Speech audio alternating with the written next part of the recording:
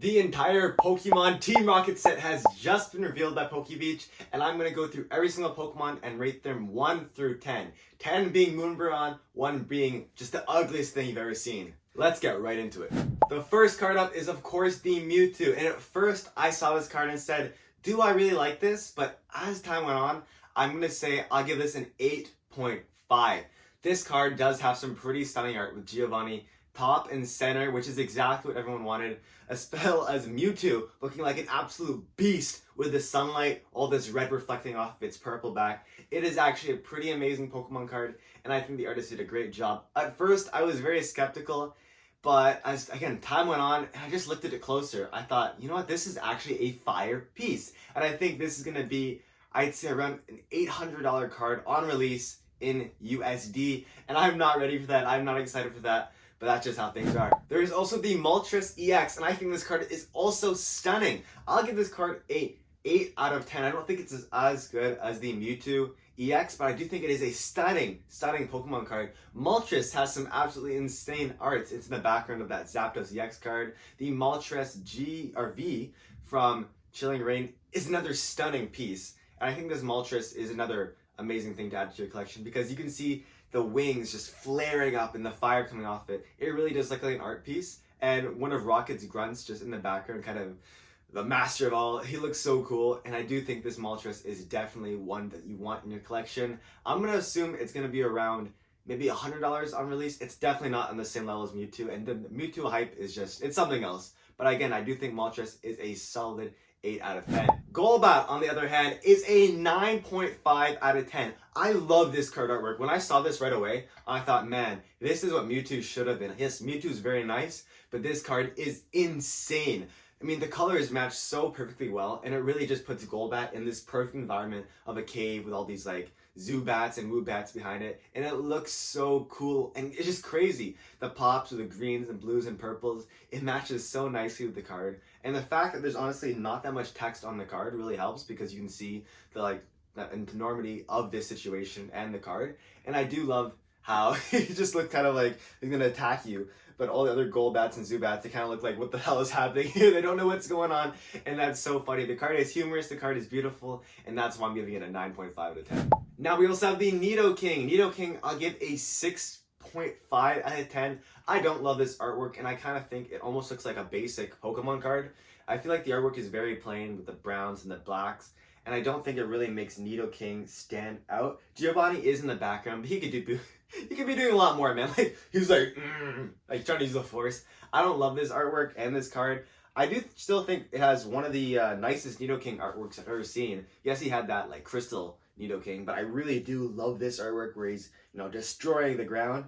But not much is happening compared to so many other amazing cards that are going to be revealed in this set. And things like the Cynthia, the Ho-Oh, and all the cards we're going to look at, I do think this is on the low end. In addition, we have some trainers. I'm going to go through them pretty fast. The first one is Team Rocket's Giovani. This card looks sick. I don't know why, but the colors and his presence just looks so inviting. He's like asking you to join him, his hand out, and it also looks very, very sick. I love this card very much, honestly. I think it's on the same level as Golbat. I think I'll give it like a 9 out of 10. Moving on, there's this woman, I think Team Rocket's Arena, that's her name. And she's kind of just like looking pretty. I don't really know what's happening there. And for the other 4, I don't really know what's happening. They're kind of just there, like looking a little bit mischievous. And I'll give them all like a 5 out of 10 because I really don't think much is happening. Giovani, I will give, again, a 6 or 7 out of 10 because this is the full art card and I do like it. There's also a bunch of other full arts, like, we have the Team Rocket's Persian, Team Rocket's Crobat, and, Regirock, Nidoking. I'll give these all like a 4 out of 10. I don't love this ghost in the background vibe. I know some people like it and some people don't, but that's just not my thing. Mewtwo, on the other hand, looks pretty sick, being like kind of encapsulated just like the test tube Mewtwo cards from the past with Giovani in the background. It just feels more sinister, more alive, and there's like a beam of light going right through it, almost as if it's escaping the pod it's in. So I do like that card a lot more. I would rank it a lot higher than the other full arts, probably on the same level as maybe like the Nidoking. I give like a 7 out of 10. This full art looks insane. Team Rocket's Moltres is also pretty cool. It's been out for a while, so I'm not going to go over it. But why is Arbolive and Titan EX in this set? That was not necessary. They really threw 2 of maybe the worst Pokemon in history into this almost perfect set. I don't know why they did this. They can be full arts of any other card. but I guess show the crappy cards some love. I'll give these like a 3 out of 10. These are almost ass. These are really bad. Team Rocket's Meowth looks beautiful. That's an 8 out of 10. I just love how mischievous Meowth looks, and Giovani's kind of like in this cartoonish format, and he's just like, oh, watching Meowth. And it's very funny, it's very comical, and it's very down to earth, which I think more Pokemon cards should be. I don't think seeing every single fight scene is like the best. I want to see some just slice of life, relaxed Pokemon with their trainers. That's what I like to see. We also have a bunch of Pokemon with their Team Rocket trainers. We have Team Rocket's Weezing, which is looking pretty nice, as well as Team Rocket's Orbeetle, Team Rocket's Wobbuffet, Team Rocket's Houndoom, and also Team Rocket's Spidops. These cards are also really, really beautiful. I think I forgot, there's also Team Rocket's Murkrow. These cards are nice. I don't think they're the best. They kind of look a little strange. I do like the Orbeetle a lot more. I'll give that like a 6 out of 10, same as the Nidoking.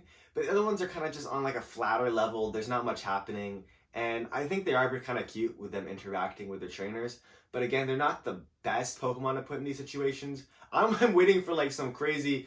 I was waiting for like a Jesse James card. That would have been insane. I knew we weren't going to get one, but I just had some hope. Maybe Jesse James Team Rocket would come back with Meowth and Wobbuffet in the background.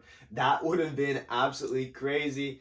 But I know we can't have it all. We have a Giovani's Mewtwo, which we've been really looking forward to, so at least we have that. And to round things off, we have Blaziken, which I think looks stunning. Blaziken did not have to be in this set, but to put it in there is, I mean, it's pretty awesome, because I love seeing Blaziken kick in the air. That is pretty cool to see. I'd give this like a 6 out of 10. I think it's on a higher level than most of the art rares in this set.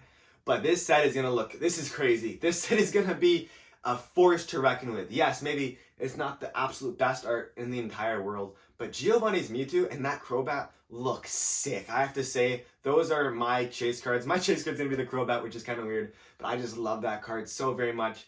And this set is scaring me, okay? It has the Ho-Oh, it has the Cynthia's Garchomp, now it has the Nidoking, the Moltress, it has Mewtwo, and it has Crobat. And I am worried because I don't know what's gonna happen.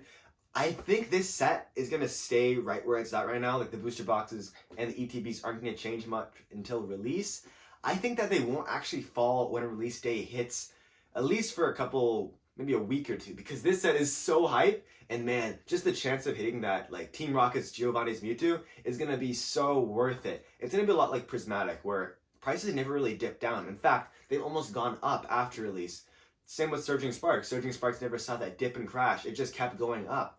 So I do feel like Destined Rivals may be one of those sets that don't stop going, that keep popping up, and I would try to secure myself a few boxes or whatever you can of this set, okay? Whether it's ETV at Walmart, whether it's a case from your distributor, this set is one to hold, and I think you might even be best just keeping this set, because I don't like this whole selling into the market, especially when it's so high right now.